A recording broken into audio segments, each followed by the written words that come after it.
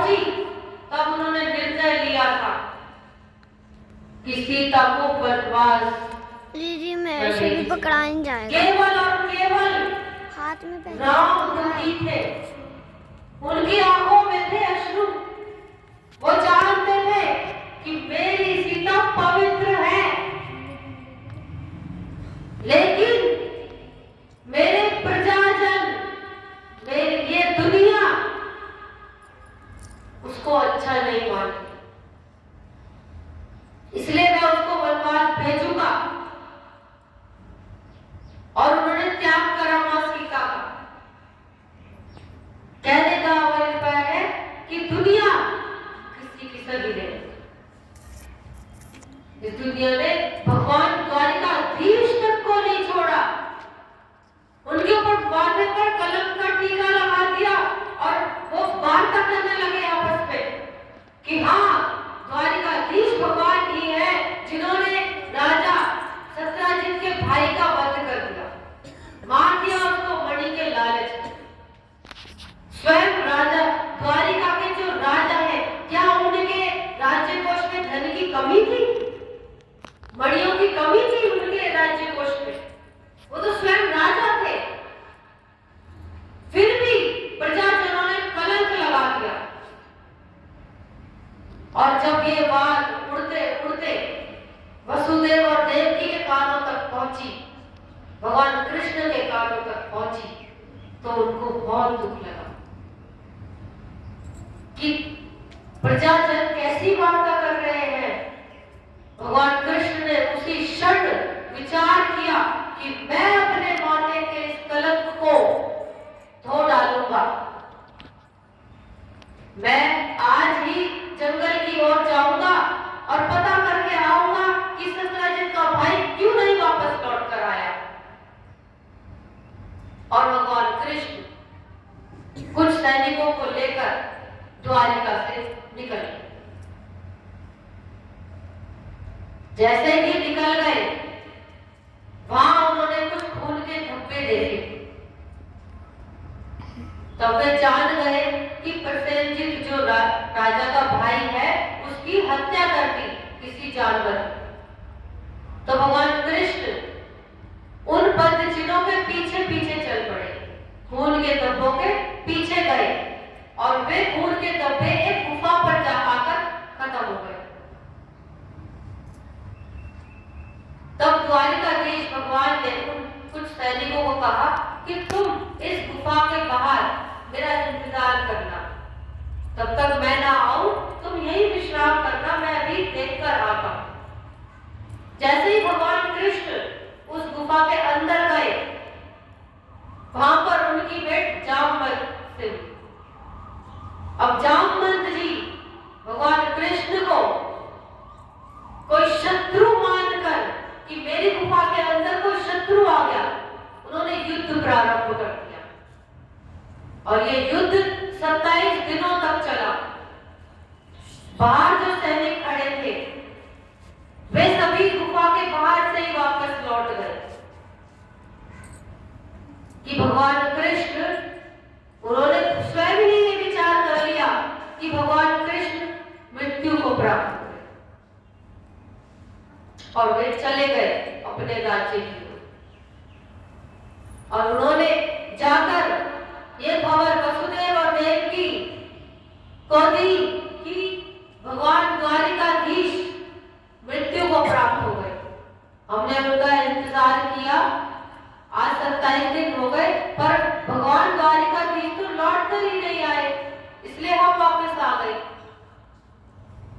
तो जब एक मां ने सुना कि मेरा लाल मृत्यु को प्राप्त हो गया, तो वो गिड़गिड़ाई, उसकी आत्मा तड़पी और वो रोने लगी मां भगवती परांबा के सामने कि हे मां, इतनी मुश्किल से तो मुझे एक पुत्र तुमने दिया था, वो भी तुमने छीन लिया। वो प्रार्थना करने लगी कि हे मां, मुझ पर कृपा करो, मुझ पर दया करो, मैं इस वियोग को सहन नहीं कर पा रही हूं। दोनों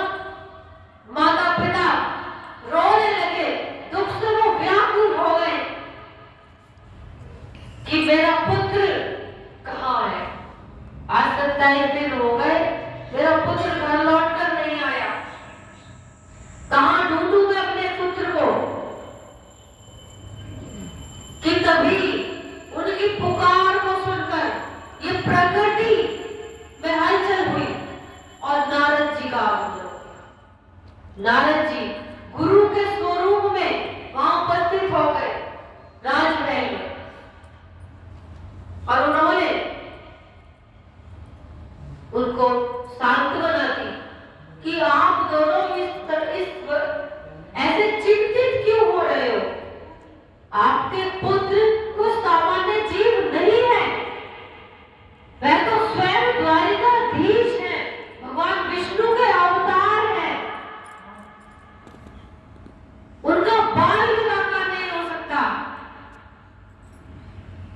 आप क्यों चिंतित हो रहे हो?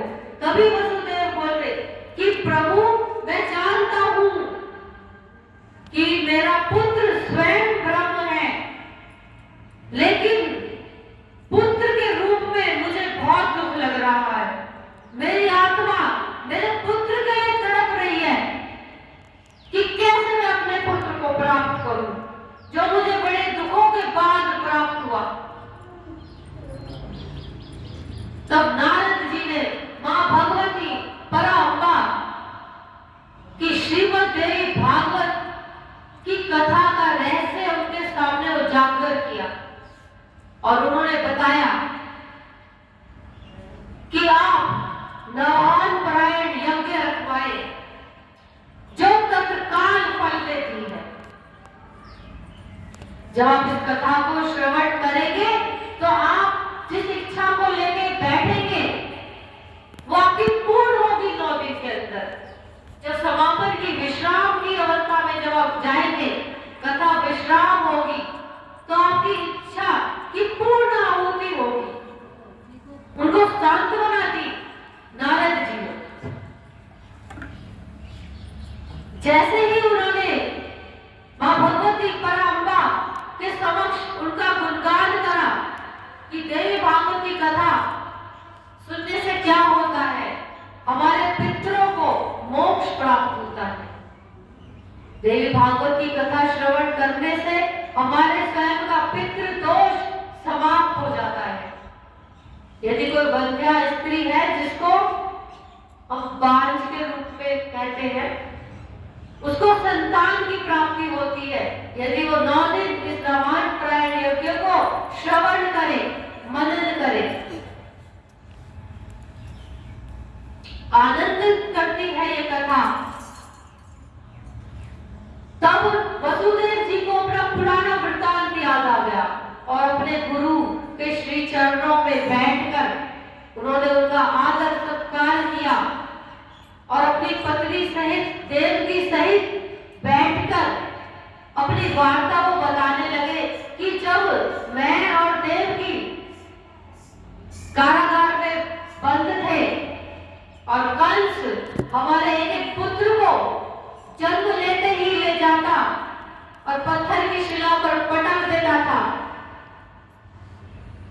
तो हमारी आत्मा तड़प जाती थी अपने शिशु के चीथड़ों को देखकर। वो चीथड़े हमारे वस्त्रों पर आकर चिपक जाते थे। हमारे शिशु का हृदय, आंख, उसकी आंखें हमारे ही वस्त्रों पर चिपकती थी और लहू लहान हमारे वस्त्र हो जाते थे। उस समय में दुखी होकर मैंने गर्ग मुनि अपने गुरु से प्रार्थना की थी कि हे प्रभु, मुझे कोई एक ऐसा उपाय बता दो जिसको करने के उपरांत मुझे ऐसे पुत्र की प्राप्ति हो जो लंबी उम्र पा सके। ये कैसा मैं पाप करके आया हूं कि मेरा पुत्र जन्म लेता है और कुछ क्षण जीवित रहने के उपरांत उसके चीथड़े उड़ जाते हैं। ऐसे करते करते 7 हत्याएं देवकी ने देखी। आप कल्पना तो करके देखिए, एक नहीं 7। जैसे ही शिशु जन्म लेता, कंस अपनी बहन के उस पुत्र को ले जाता और एक पत्थर की शिला पर पटक देता और उसके चीथड़े उसकी ही मां के वस्त्रों पर चिपक गए। वो मां कैसे रही होगी अपने उस शिशु के उस लहू लहान चीथड़ों को नहीं कर। जब वसुदेव ने ऐसी प्रार्थना की गर्ग मुनि से, तब उन्होंने कहा था कि आप देवी भागवत की कथा का पारायण रखे तो आपको ऐसे पुत्र की प्राप्ति होगी जो लंबी आयु लेगा। तब मैंने कहा था कि प्रभु मैं सामर्थ नहीं हूं, मैं तो बंदी हूं, इस कारागार में बंद हूं अपनी पत्नी सहित, मैं कैसे देवी भागवत की कथा का पारायण रखूं, आप ही कुछ कृपा कीजिए। तब गर्ग मुनि ने उनके प्रेम में, उनकी श्रद्धा के वशीभूत होकर उनको वचन दिया कि मैं